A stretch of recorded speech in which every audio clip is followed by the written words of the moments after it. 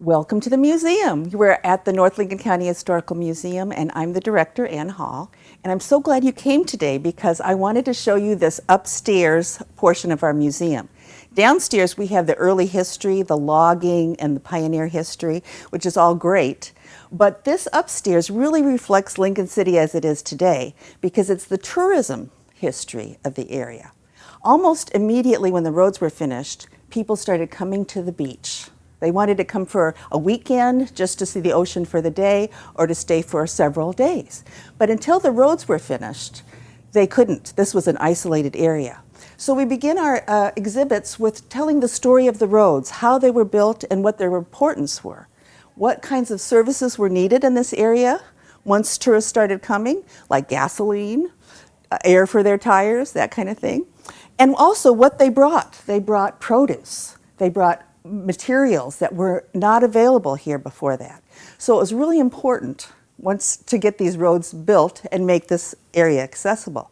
But almost overnight, then it changed from an economy based on farming and logging and fishing to tourism based. And almost everybody started renting rooms out and doing something to attract tourists. So we have this first portion of our exhibits talking about people who came, and we have some examples of the auto parks that were here. Motels weren't built yet. They didn't have hotels or fancy places to stay, so people came with just their car and they camped out at these auto parks. And they were great fun. If you could see these photographs and kind of experience what they experienced, it was great. But they didn't have a lot of the amenities, of course, that the hotels had. So places like the Green Onion, we have an exhibit here, the Green Onion. It was not a bathhouse, it was a bathtub that was rented. So you could get a bath for 5 cents. And there's stories about, this little bath place. It was a cottage that had a bathroom in it, but people would line up to take their bath for a nickel because that was the only bath in town.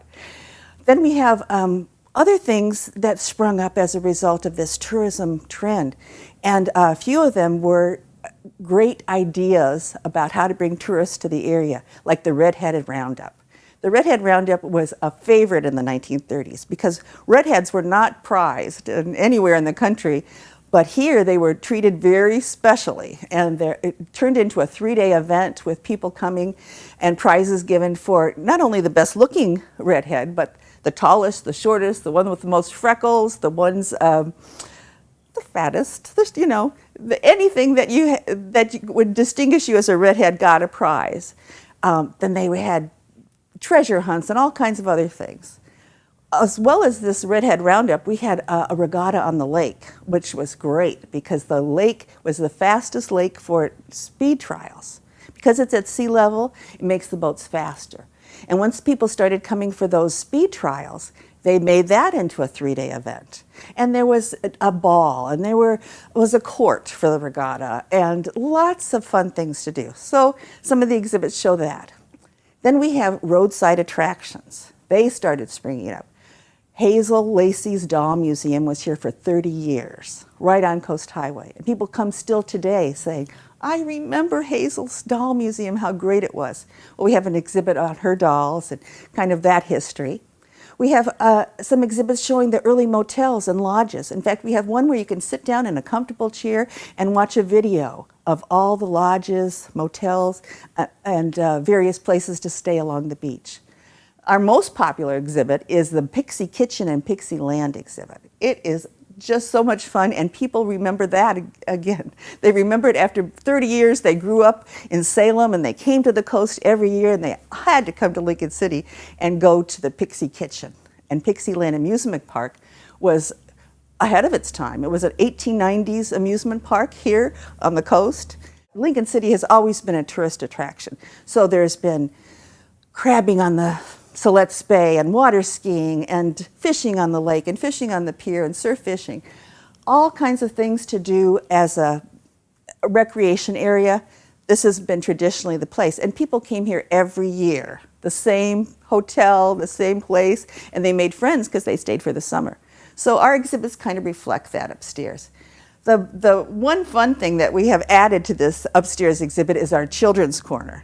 And that's a place where you can drop off the kids while you go and look at all the other exhibits. Because the little kids, they can't sometimes follow along and read along, and they're not interested.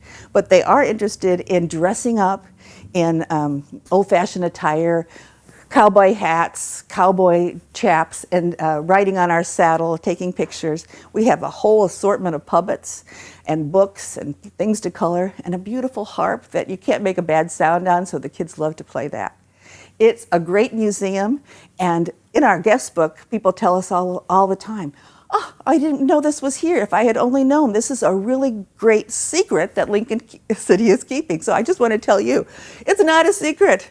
Come to the museum and experience our history, which is rich and varied, and you'll get a kick out of all the exhibits in the upstairs, but you'll also learn a lot. And if you're interested in the early history, we've got that too.